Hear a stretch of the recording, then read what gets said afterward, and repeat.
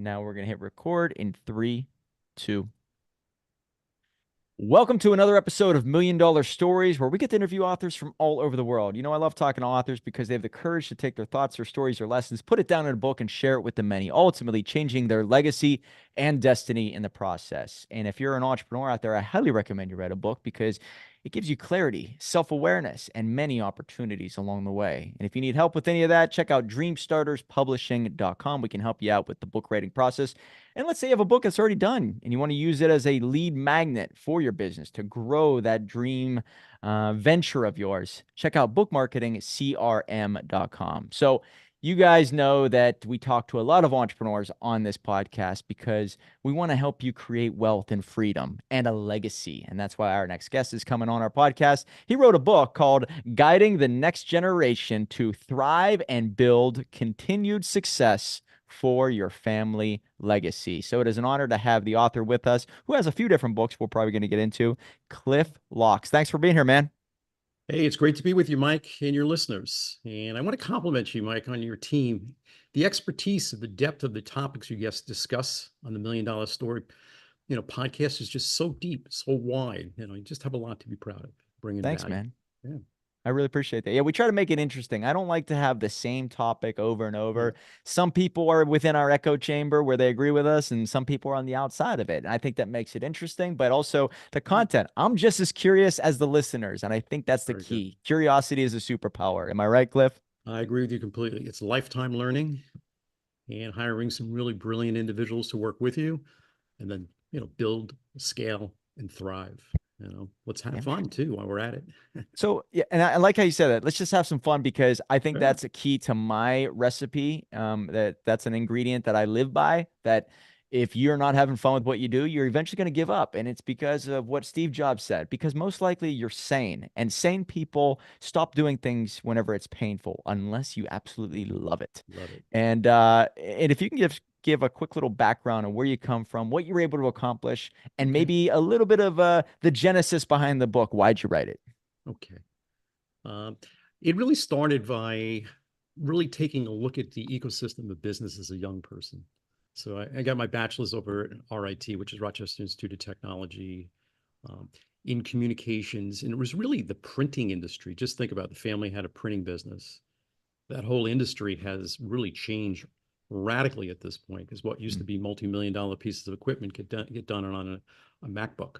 Okay. Yeah, right. It's pretty wild, you know. And everything went digital, of course.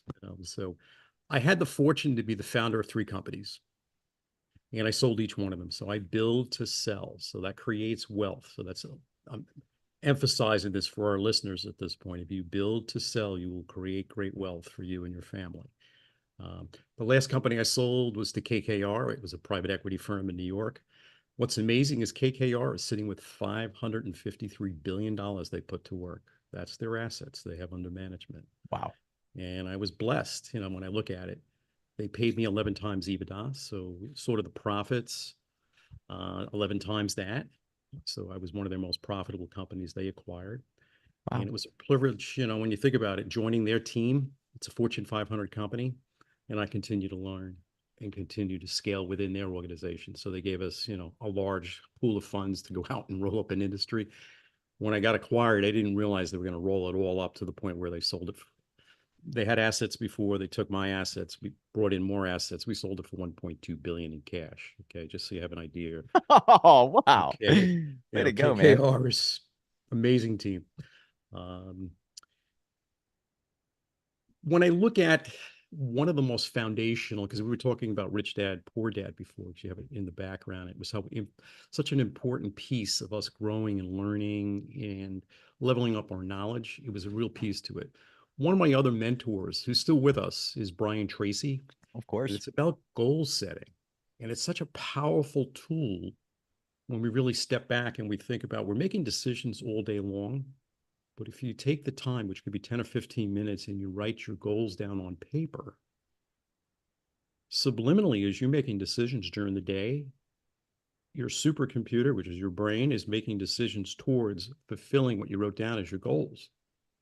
So think about how powerful that is. We're thinking generative AI is powerful. No, it's what we have, it's our thought process and the tools and the goal setting is sort of the program to move forward. So that's something I had to learn very, very early. And then I'll share with you, how I bring that forth into my clients, my family, and how do the wins sort of build up? Because we all need wins in our lives, successful things that we do and keep, moving in a good direction. As our knowledge increases, we level up, we surround ourselves with really, really bright individuals. The goal, if people are amenable to it, is hire brilliant people. Yes, you got to overpay people a little bit, but they stay, they play, you have fun together. And we grow a wonderful, flourishing business. So, I usually suggest build to sell, but that's up to the individual entrepreneur, what they want to do. Um, what do I do for a living? I'm an executive, and I really what I do is I have a program called the Ascend program. And really it's about looking at what the strengths a founder has or the C-level team members have to see if we can really look at where do they fit in and what's the vision of success for their company and what kind of fires are you putting out? What kind of systems are in place? What kind of systems may not be working as well as you like? Because we can scale, we can do some amazing things, but a lot of it is about product fit, the marketing piece, looking at the team, are you a hipster, a hacker, or a hustler? And I learned that from the Hyper Accelerator program as one of their advisors. So Ash Singh produces a really good program at the Hyper Accelerator program to level up entrepreneurs. And they've run, it's amazing, 5,000 students through that program. So just think about, what does it look like? And they've raised $2 billion, as a whole, those entrepreneurs, um, but the ability to be a multimillionaire, let's just define that a little bit. We must be doing something right for some sort of an audience and doing it consistently over a period of time to become a multimillionaire. Mm-hmm. So I'm gently suggesting to our listeners, take the money off the table. I mean, keep growing the business, but put money away, 10 or 15% of everything you make, and invest that for you and your family so you can have a very, very comfortable life. It's not really a secret. There's many brilliant individuals, even some of the folks that have been on your podcast that have shared this knowledge that yes, we have to invest.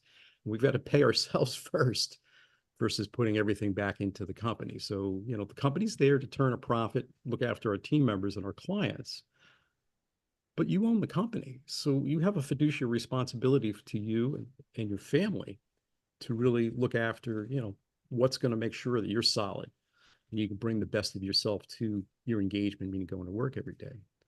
Right. Um, Yeah. And you're talking about just, multiple revenue streams, but having your yeah, money work for you, very it's much brilliant. the rich dad, poor dad philosophy Yeah. where, you work your ass off for this business and Mhm. it is your life's blood being put to work. But whenever money comes in, it's so smart to take some of that money and Pay it off. invest in Yeah. real estate or Yeah. and I used to be so against the stock market. I was a finance major, and I kept Okay. thinking, man, if I was in on the inside, like many of the people that I look at in the Mhm. government, of course it makes sense. But now I'm looking at it as, well, take some money, put in the S&P 500, just kind of forget about it, right? So have your money work for you in any which way. Think like an entrepreneur, think like an investor, and you will win on the long time frame. Such wonderful sage advice you're sharing with your listeners. And that's Thank you, how man. great wealth is created. That's it. You know, And when you so, look at okay. yeah, I just want to jump in there. Whenever you say build to sell, guys, I think this is a great takeaway, and I want to make sure we highlight this. My business started to flourish much higher when I started to think about how I was building the business as if I wanted to sell it. Now I'm in love with this business and I love what I do. But whenever I started telling my team, we need to build a sellable asset, it made them a little nervous. What are we going to sell this business? No, when you build it to sell, you Mhm. think on a different plane and you start to look at everything as systems and processes and you build it in a way that makes it scalable, right? You have certain things in place that allow you to take on more customers, serve people at a Mhm. higher level, create multiple revenue streams, grow your team. It makes the Excellent. vision bigger, makes the vision more exciting. People want to be a part of it. They jump on the bus with you. They all hands on deck. They start to get excited about where they're going, how fast they can go. And so when you build it to sell, even if you don't want to sell it, that is what's going to set you apart from your competition and be a Very game good. changer. Am I right? Very, very true. Let me give you another secret for our listeners. The difference between 6 or 8 times EBITDA when you're going to sell the company versus 11 is storytelling. So think about it. The buyer is looking to buy future cash flow, profitable cash flow. So if we go in and we create a vibrant story, a pro forma, the finances, the marketing piece, in essence, it's a business plan on how the business can really scale. That's what the individual buyer is going to buy. So the difference between 6 or 8 times 11 is millions of dollars that we could leave on the table if we really don't take this sage, this piece of advice. Hey, the buyer's buying the future cash flow. What are you going to provide them as a story that they can actually even do better than what your story is saying? Because they're doing the acquisition piece. The other piece of it, in Kisan Patel, which is a wonderful individual that is really an expert in mergers and acquisitions. The integration piece, meaning making it easy for the acquiring company for the buyer to integrate into their systems, and really have those discussions early on, because you brought something very important, Mike. The team members, when you tell them, hey, we're looking to build, possibly to sell, they're worried about their JOBs. Yeah. Okay? They're an intricate part of the organization, and it's fair how they feel. But the idea is we need to have these conversations on the front end so that we don't have the rumor mill within the company. Oh, yeah. Oh, Okay, so we have to be proactive as senior level executives with the founder to have those conversations. So that an easy integration, meaning the buyer sees that this is going to be an easy integration, they will pay you more because usually the value is lost on the acquisition when the integration doesn't go smooth. So those that are people are going to report to, you're actually looking for those meetings prior during the due diligence process to see if the chemistry is right. Is the culture right? Do you like these individuals that you're going to be working with? Can you learn from them? So just give that some thought, as part of, if you make it easy to be acquired, you will get paid more and you'll have a better quality of life. And the team also with their employment contract negotiations during that process, because people are getting along with each other. mm. So, the buyer is not the enemy. The buyer is going to make you wealthy. Right. Okay. That's your ally. He's an ally.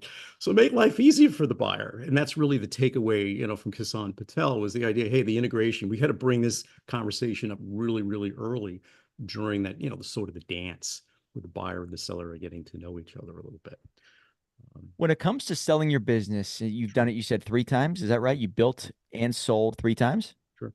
Okay, so there's an identity shift there, I would assume. And so I don't get to talk to too many people who have done this multiple times at a very high level. So I want to ask you, whenever you build your business, you can't fall in love with it too much, but also when you sell it, there has to be some type of next chess move in your brain before you do it, right? Therefore, there's no lull, there's no plateau, there's no rut that you fall into of like, oh, who am I? Where am I going?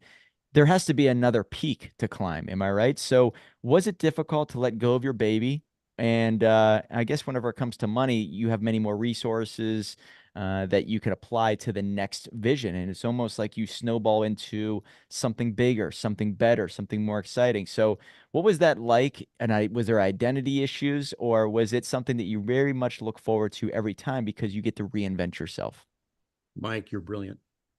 Okay. You're really Thank you. brilliant. So we use the word buyer remorse or seller remorse.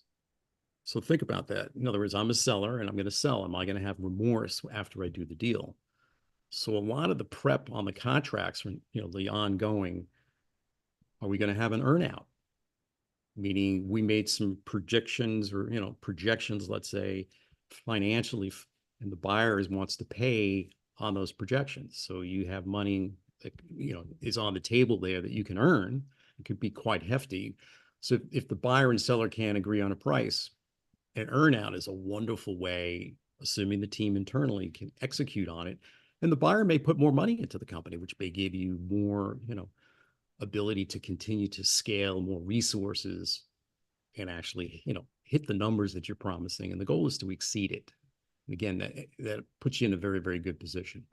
The last company I retired for a couple of years. Okay. and I can't sit still. I think I'm just like you, Mike, and many of our listeners. We can't sit still. We're involved. So when you ask me about the books and the legacy that's involved in writing your book, and you have a wonderful service there that our listeners should really take advantage of, is it allows you to have this thoughtful process to share your knowledge with others.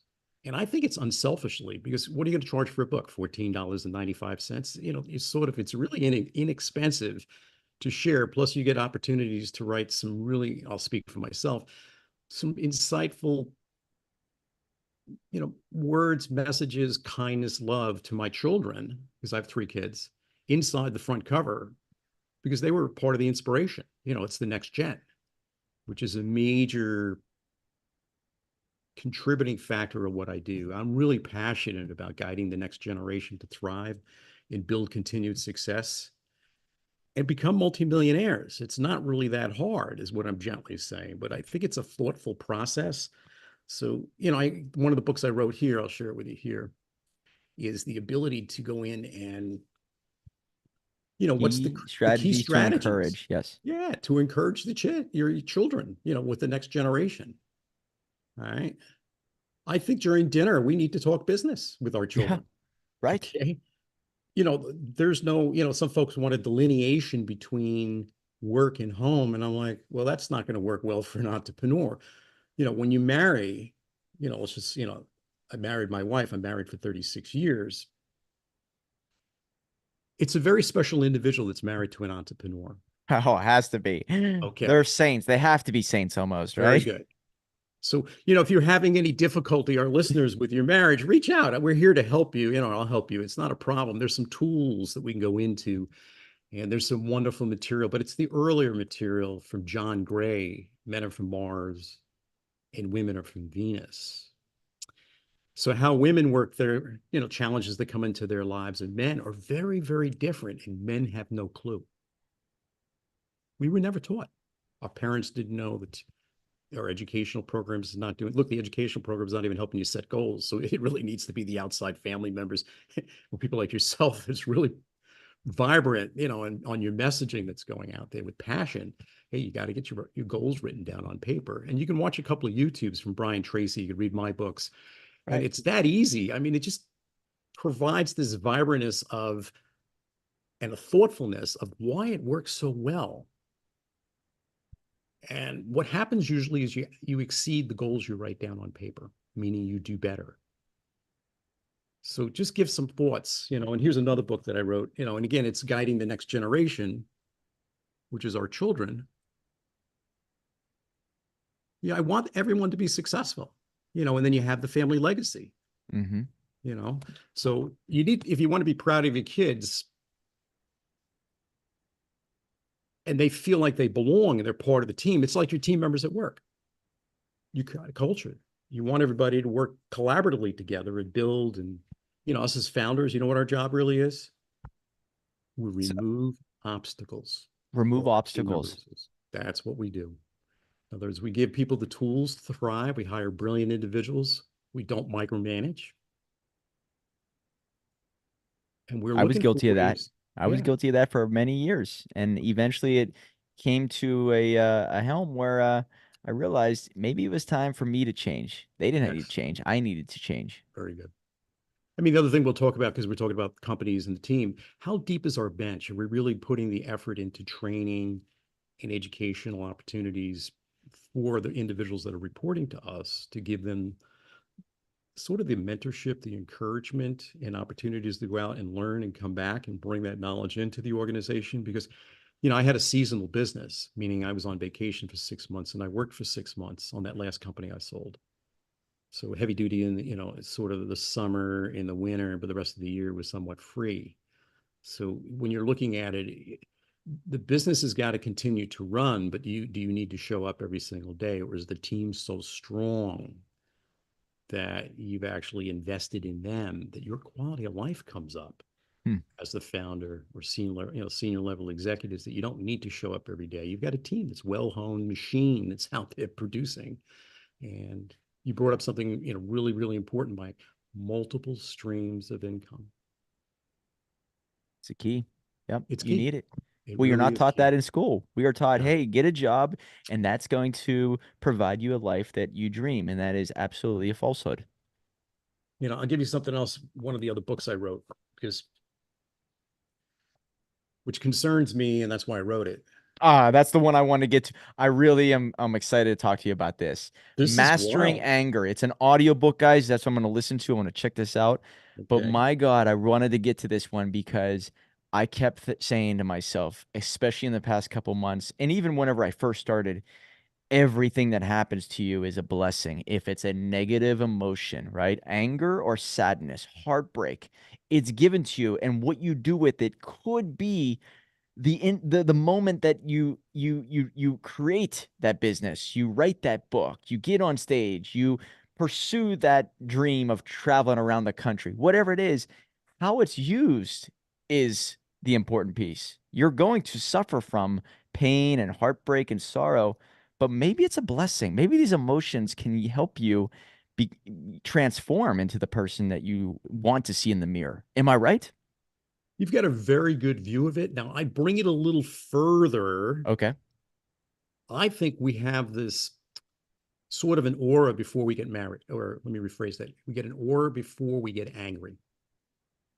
In other words, we have something in us that can actually, and one of the other tools is, do you have the 6 second rule? I mean, before you say something to somebody when you're upset, could you give it a little buffer of time to see in your own mind, how is that other individual going to react when you say that? And so I'm trying to give people the tools to understand pre-anger, meaning somebody may have said something that is going to impact you. Okay.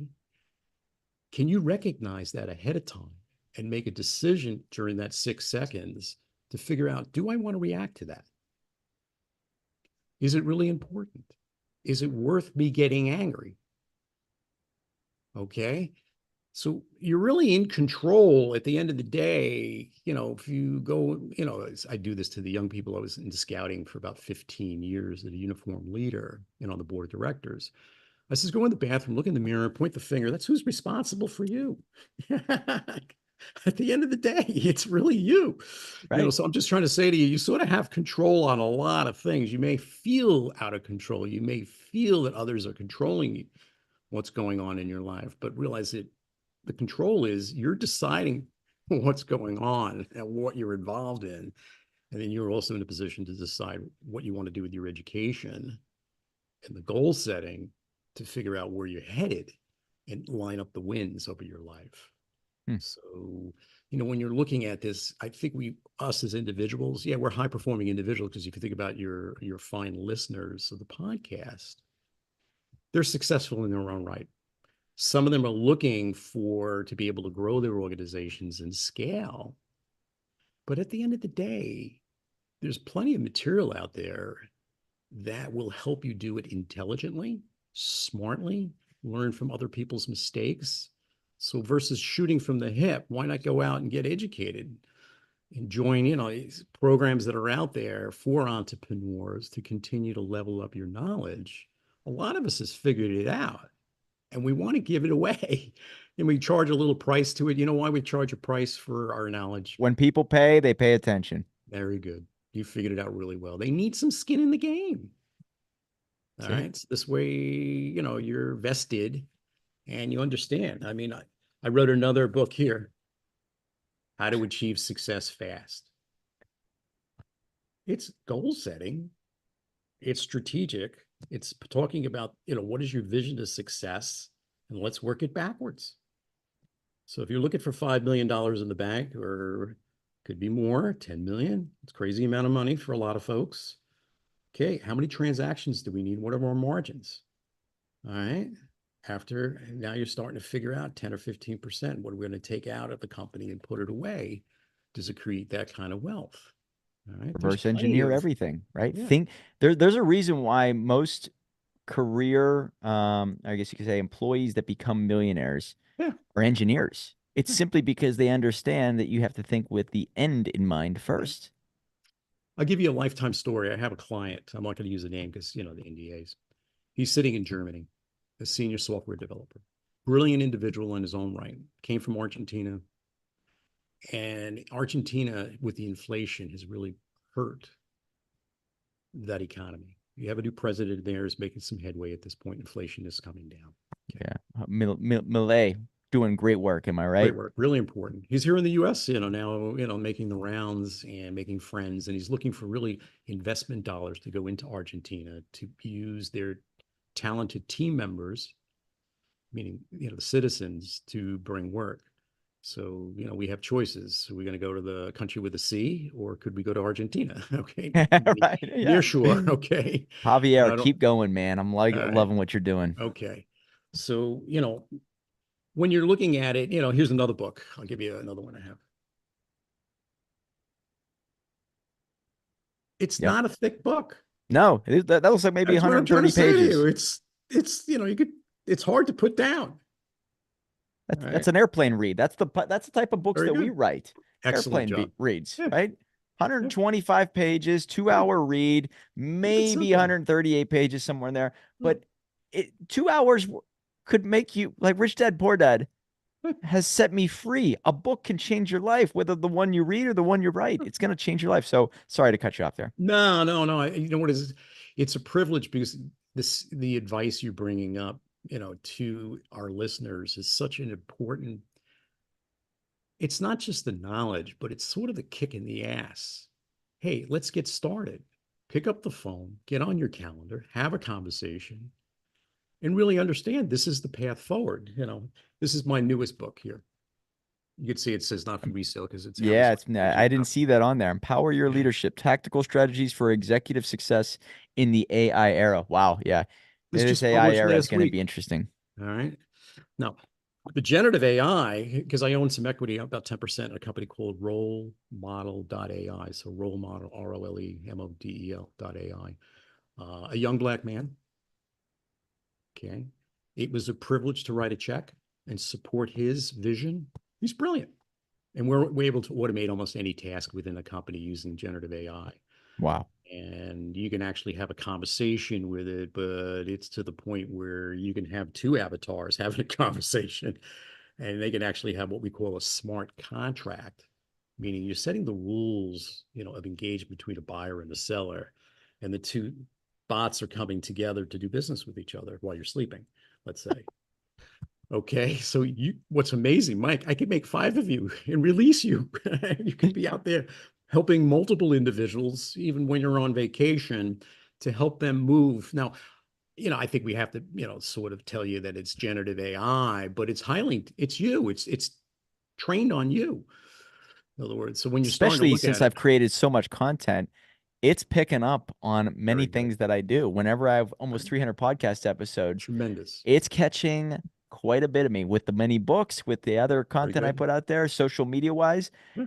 That's why you're leaving these breadcrumbs to make for AI to actually replicate you. Some people look at that as a negative thing, but if you use it properly, use AI, don't be used by it, right?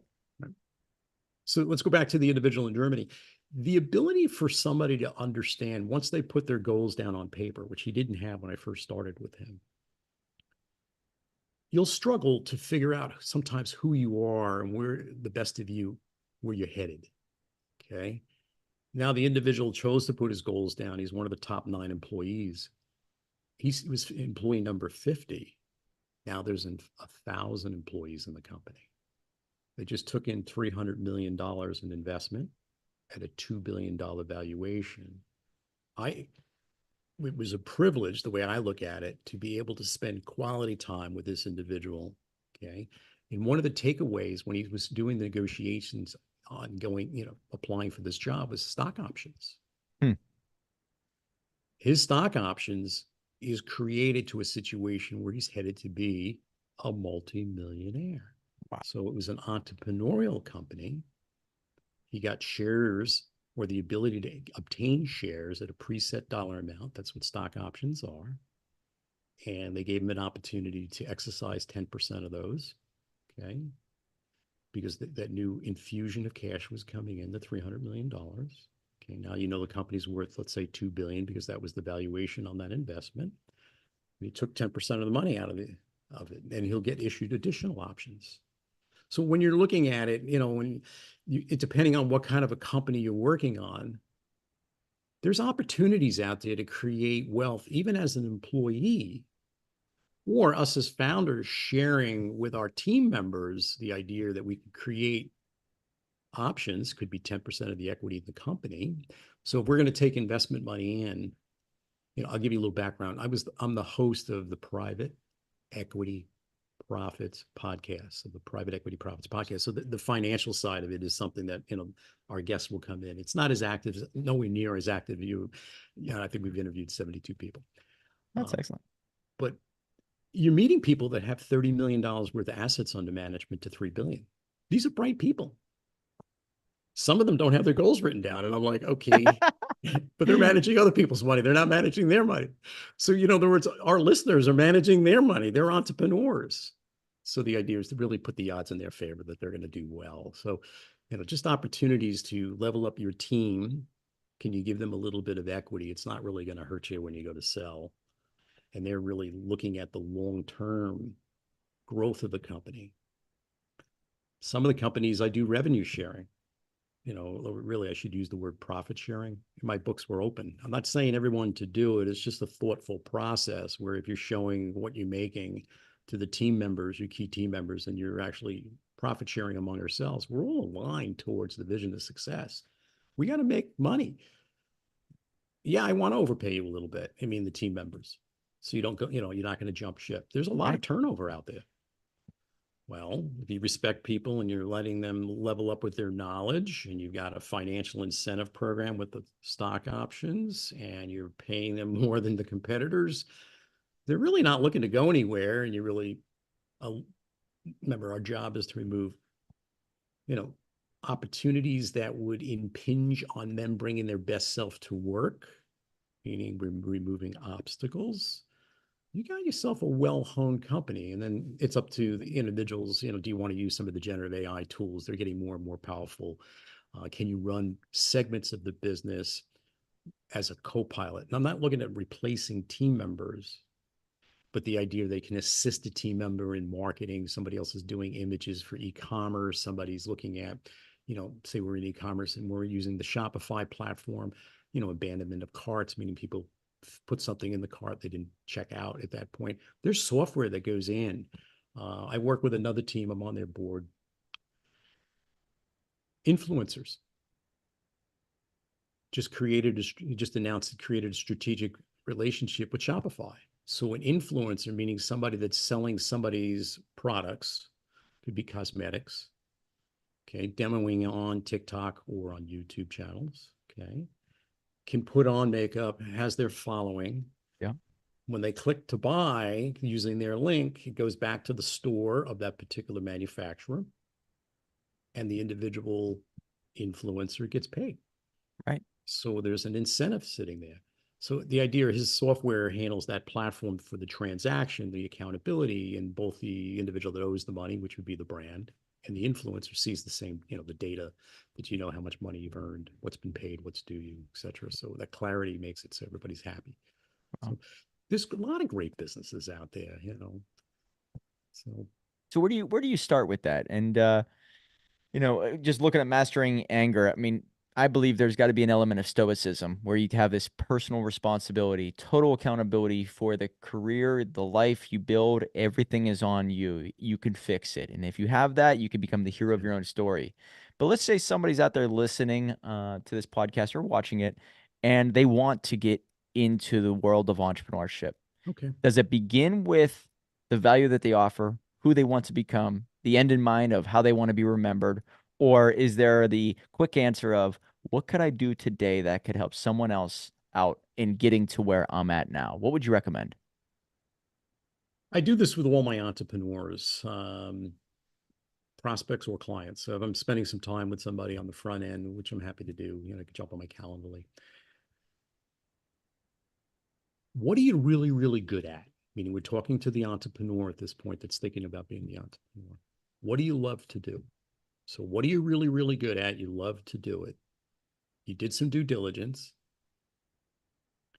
And I have some generative AI prompts that we can share, that are pretty light. It's pretty amazing what you can come out of there, write a whole business plan. But and it's got high margins. I'm stressing it's extremely profitable and you get paid. So you love doing it. You're really, really good at it. It's extremely profitable because it has high margins and you get paid. Can we build a business around that? Yes, you're correct. It needs market fit. You really need to solve a problem for a client. It needs to be an addressable market. How large is that market that you can address? What kind of money? Because the amount of money you need today to actually build a business has really come down substantially. Mm-hmm.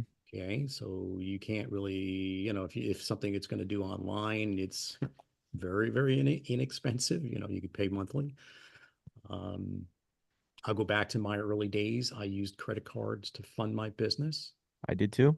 Okay, so there's good debt, bad debt. Again, rich dad, poor dads, and other, the good debt is going to make us money. Buying doodads, things that you don't really need, is not a good investment. Okay, Buy assets, not liabilities, guys. That's very it. good. See, Mike, right on, man. Right. Uh, Assets, something that makes you money, yeah, right? Liability, something that takes money from you, right? And I used to always think if you own it, it's an asset. Well, if you own it, but it draws money, is that an asset? And that's yeah, not the case. It's not an it's asset. so even if you go into the generative AI tools and you say, I'm looking to build a business, and you banter back and forth with it. And one of the foundational sage pieces of advice I'll share with our listeners is go look at the competitive landscape. If you can find 3 companies that are really thriving in that particular vertical, working in the area that you're considering at this point, and you go in and you do a deep dive into the due diligence of how they got started, and Crunchbase would be, one of the opportunities, or PitchBook. Some are, some of the information will be subscription based, but they're giving away a lot of information also that's not. News releases that are put out by the company, and take a look at what their marketing looks like. Take a look at, the pricing model. A lot of the pricing is sitting online nowadays, what they're charging. Have a demo. Okay. And now you're doing your due diligence. So to jump in and start a company, it's never jump in. No, start with the market research, because you have the skills Right. and the knowledge and the passion in that area, but you can't go forward without the due diligence, or you're going to learn by trial and error. And that's a painful lesson. You can do it, or you can do your homework on the front end and learn from what they've learned. And there's some tools on YouTube also. They tell you which particular uh, videos or channels have the most views, which one of the individual actual video, YouTube's was most watched. We've got courses that are sitting in, I call it Udemy, others call it differently. But, when you start to look at, if you're going to build a course, go in deep, use the numerical data, the data sets that are available out there. And you can ask, one of the hints when you're using generative AI is if you ask it to create a grid, GRID, a grid, it'll come back and you can say, give me all the companies that are in this vertical. Give me the URLs. Tell me how much the gross sales is. Tell me who the president is. And ask it to be displayed in a grid. It'll come back and give you it in a grid. You could do a screen capture. So I'm just trying to say to you, a lot of the research, it's kind of like 1 or 2 minutes. I mean, you got to do some depth with it on the back end. The other thing I love are joint ventures. I love when somebody has a company, it's budding, it's young, it's making some money, and they find other individuals that have a similar type of client, and they do a rev share with the joint venture with the larger company, and it's filling a need or cross-selling to the larger company, and you take a ride along with them, but you're looking to really look at value you can bring to the JV that'll help that other company provide a more robust solution for what they're doing. So one of the takeaways is if we can look at our customers and really look after their customers, our customer's customer. So when we're building things, we're looking at helping our customer, they'll pay you. They'll pay Mm-hmm. you handsomely because we're looking after their business. It's unselfish. So just give some thoughts on, how do we make this positive contribution to our clients? Look, it's paying our mortgages, it's paying our salaries, it's paying the rent. We owe them a fiduciary responsibility for high output. One of the other pieces would be when you're looking at building something, think about the 10x rule. We need to provide 10 times the value for what we're charging. Give Absolutely. that some thought. So it's an easy decision to the buyer or an employee that's going to come work with us.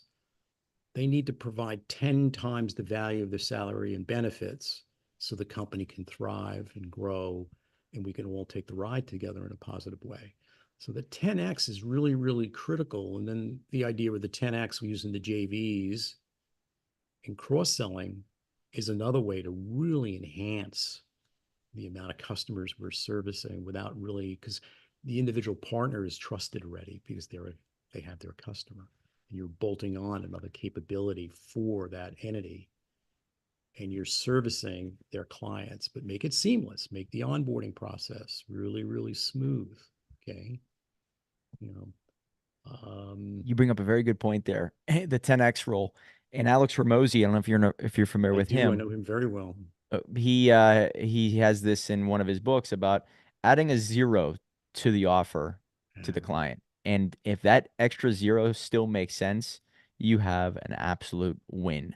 So the return on investments there, it makes sense. And it almost makes it easy for them to comprehend that it's such a bargain and a value with what they're getting. And I kept thinking about that as we were pricing our services. And I was like, wow, it makes sense. I'm glad we're on the right path. But that's how you sell something. If Mhm. this product or this service at 10 times the value still makes sense to them, you win big. Mike, let me ask your expertise on something. Yep.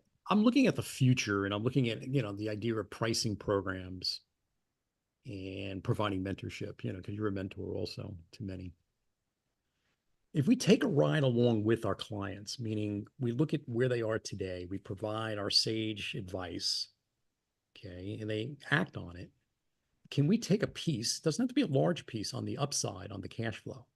I'm not saying profits. I like the cash flow because it's a little easier because profits could be anything. You can burden it with expenses. Somebody can put a car on it, vacations on it, a home on it, on a business. Talk to your accountant, everybody, before you do something like that. But um, the idea of really having, sort of a little bit of equity in our clients' businesses. So we're there for the long term, plus the upside as the company continues to grow, we're actually providing more time and value to them. And we're really dialed into their company and what they're doing. And we really just want them to look at, either other individuals we can bring in that can help them maybe on the marketing piece or the automation piece. Um, Looking at the team, again, do they have that hipster, hacker, and hustler, and who's got those defined roles?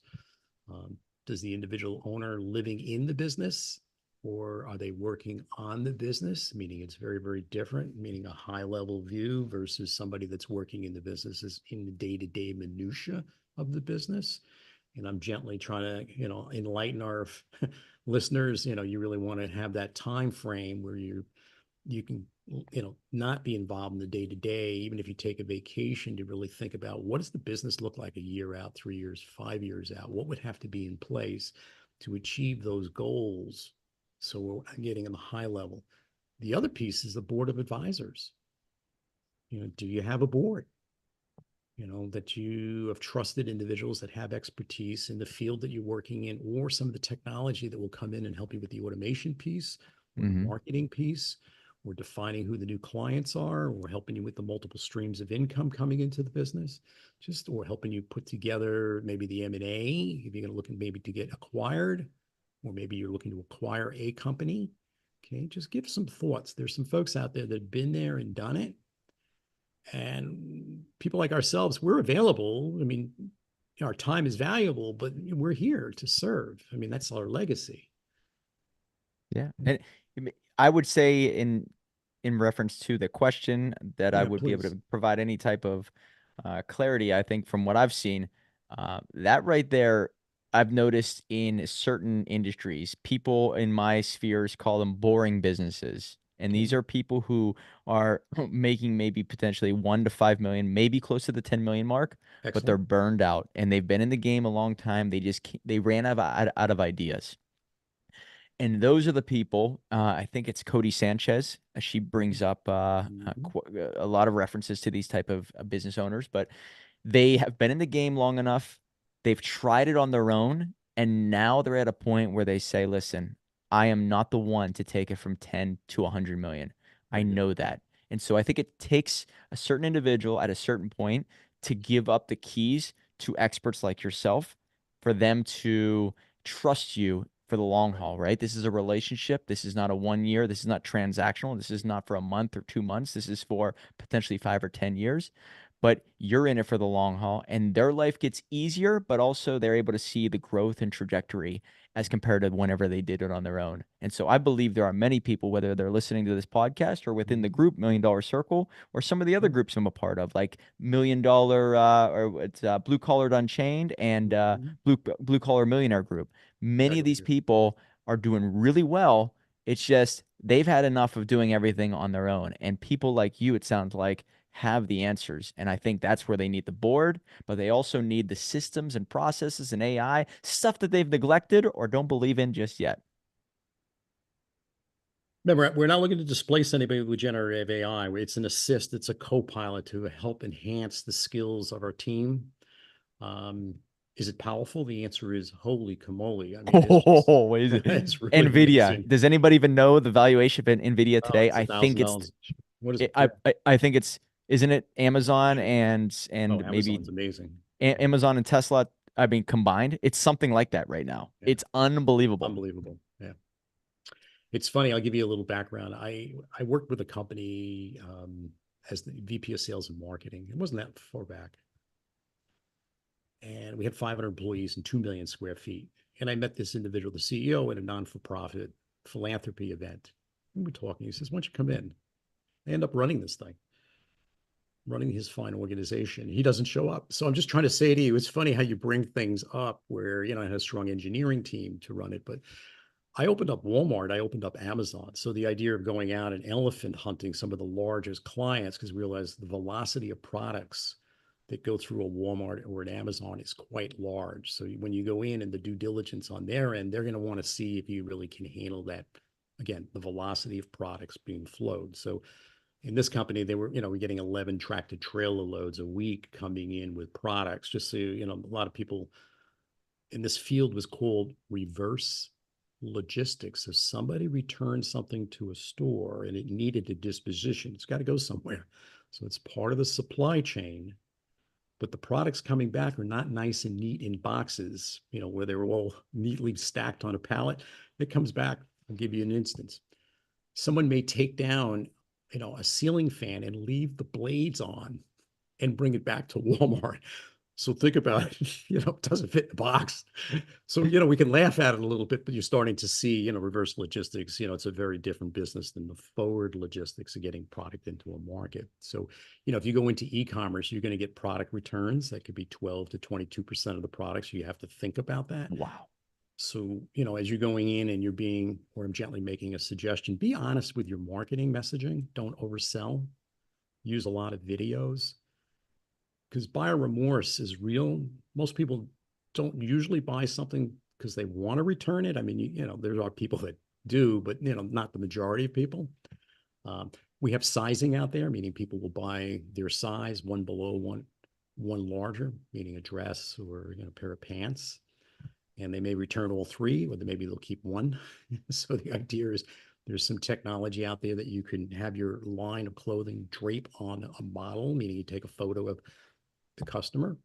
It sits on your website and you're honest with the sizing and it drapes the clothes onto, in essence, the avatar that's on your website. Again, trying to reduce the returns, but also provide a better buying experience with the customer. So there's the tools, when you look at technology, it's really capable of solving some really interesting. So when you're looking at a problem, the question is it a human problem, a process problem, or is it a technology problem? Which one of those, it could be more than one, will solve it. But if we put the time in to solve it, think about it, we don't have to readdress that problem. So the idea is, if you use, and you mentioned something earlier on the engineers, why are engineers sometimes very, very, you know, they do well in business? Same thing with lawyers. We may not love lawyers, but some of them are very good. They're very methodical on how they prepare a case. They're looking at historical, meaning they're doing the research and the due diligence of what took place, and that's the precedents.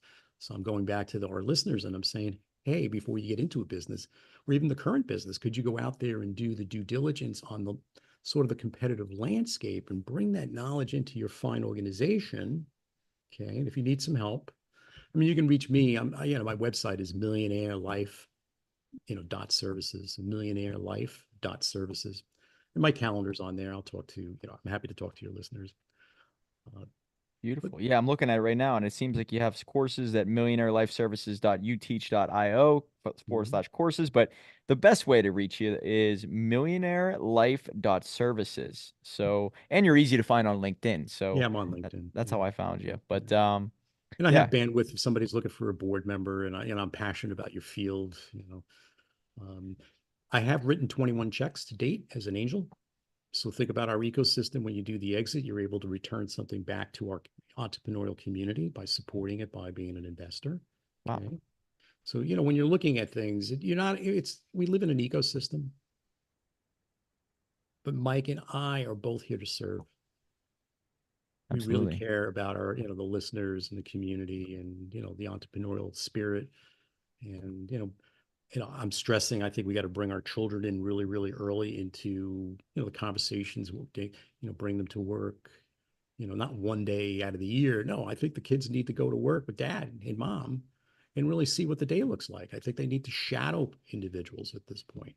You know, Another data point, very high and ultra high net worth. So think about somebody that's very high, usually, 5 million, let's say, assets not counting their primary home. Okay. So their net worth. An ultra high would be $30 million. Okay. 60% of those assets will be gone by the second generation, and 90% of those assets will be gone by the third generation. It's criminal, meaning these individuals, the very high and the ultra high, a lot of them are not making entrepreneurially opportunities for their children. And it's sad. In other words, it's criminal actually. And I'm looking at this thing, I'm saying that's a lot of funds that could have been invested entrepreneurially in our listeners and other companies and in, these individuals to create companies and employ people. So just give some thought, what is our legacy? What are we leaving behind? We can't take a nickel with you. Okay. Are you leaving the world a better place? That's why I always recommend people, if they come across a solution, it's Mm-hmm. in the hero's journey to turn around and give that solution to those who have not reached your destination Right. yet. They want to reach it, but they're not there yet. So I believe what you're doing is absolutely the way to go. You have all these solutions, and your family, years and years Mm-hmm. from now, can read your books to understand what the decisions that you've made, how you thought about your journey, what you did right, what you did wrong, learn from it. And then it's not just the money, because money's the byproduct, right? That's the energy that is created. How you obtain that energy, the wisdom that is required to make those decisions. Mm-hmm. That needs to transcend, and that needs to be transferred, I guess, from you to other people. And you can only do that with content through courses and the more digital footprint that you leave behind with AI and all the social media and all the books and podcasts that you're on. That's the service that you're offering to people that will not ever meet you in face to face. Very, very important. And the other asset we have is we can take videos of ourselves and we can talk about our journey or our parents and ask them to video, when you're looking at it, what they raised a family, they had a business.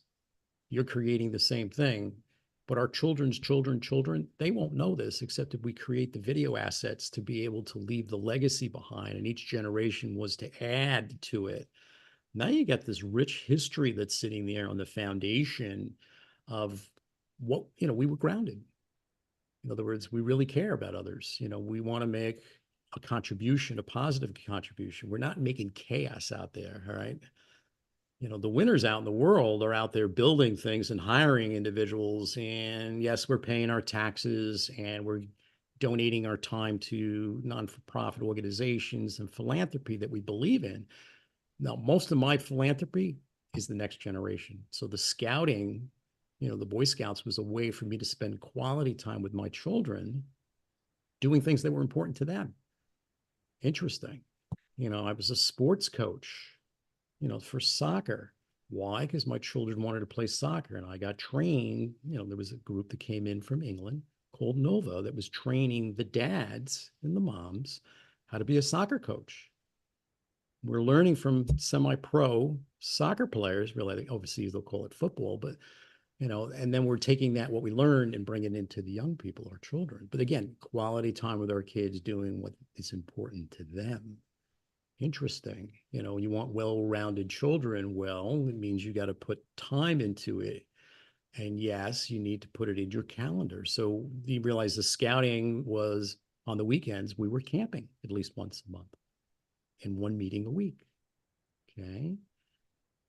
When you're looking at coaching a sport, one day on the weekend, you're spending quality time with your children. They don't forget that. No. So, it's easy to be busy, but the question is, when you look at your children, that's really the real investment in life is what are we returning back to the next generation to help them thrive? So I brought up, you were nice enough, Mike, and you brought up Rich Dad, Poor Dad. Wonderful read for our children. I brought up Brian Tracy. There's YouTubes out there. You can either reach out to me and I'll share, 6 of them. Just be URL links. They were also on the UTeach website. So when you go to my website, you'll see. I think we charge it $1 or something. To give you, it's all curated, which allows me to give the accounting to see how many people have taken it. In other words, the Yeah. tool on. Well, yeah, Anything you need to learn is out there. yeah, guys, if you're curious, it's out there. I think that one of the reasons why I love AI is because it has nothing to do with I mean, it has access to everything. But if you don't know which questions to ask it, the what to prompt it with, it's not going to do any good for you. So being very Socratic, ask yourself very good questions of who you want to become, what do you want to accomplish, how can you serve? And then you find the tools and resources. And that's where it all begins, right? Ask yourself and AI the good questions and watch what happens. But if you have good questions out there that you might not know in regards to generational wealth and maybe growing that business of yours and freeing up your time so you can actually spend it with your family, with your kids, check out Cliff Lock's website, millionairelife.services. So millionairelife.services, or many of his books. I'm going to read off a few of them. Check them out on Amazon. They're very, very uniform. So you are not going to miss it. Mastering Anger, Empower Your Leadership, Key Strategies to Encourage, How to Achieve Success Fast, Guiding the Next Generation to Thrive, and How to Achieve, how to achieve success fast. I think I said that before, popped up twice, but those books are out there. And if you need help, he's available LinkedIn or through his website. So, Cliff, I could spend all day talking to you. I know that Mike, for you're a the fact. best. And I want to But thank you for making the contribution to the community. It's such a rich community when we get together, some of the masterminds that you're involved in. And this is where we all come together to be able to share. And I think the other vibrantness is listening. We're here to listen. We're not here absolutely. to tell you what to do. We're here to listen. The answer many times is within the individual that we're listening to. And sometimes we're a mirror gently helping them see what they need to do. They sort of know it, but they need a little bit of motivation to do what needs to get done. And yes, sometimes some of the decisions are hard. Some are personnel, some are family, but all we have in life is time. That's it. And how we use that time is the differentiator of creating wealth, businesses, quality of life, family members that are, scaling, growing, maturing, and you're proud of it. And that's why I love this game of entrepreneurship, listening Yeah. to podcasts, interviewing people like you, is because I am able to obtain some type of knowledge or resource or way of thinking that adds value to my life, right? And also because if you kind of get to the biblical center of it all, anything that you obtain, it's yours to share, right? Yeah. So as you learn, you help others. And watch what happens whenever you start changing other people's lives financially, mentally, spiritually, Right. physically. It is wild what it does to the chemistry in your brain. You Exactly. realize that money's great, but helping other people achieve and obtain money, oh my God, does that do something for you? Very good. So, Cliff, thank you so much for being here. I appreciate it. Cliff Locks, everybody. And remember, $1 million book will lead to $1 million life. Right on.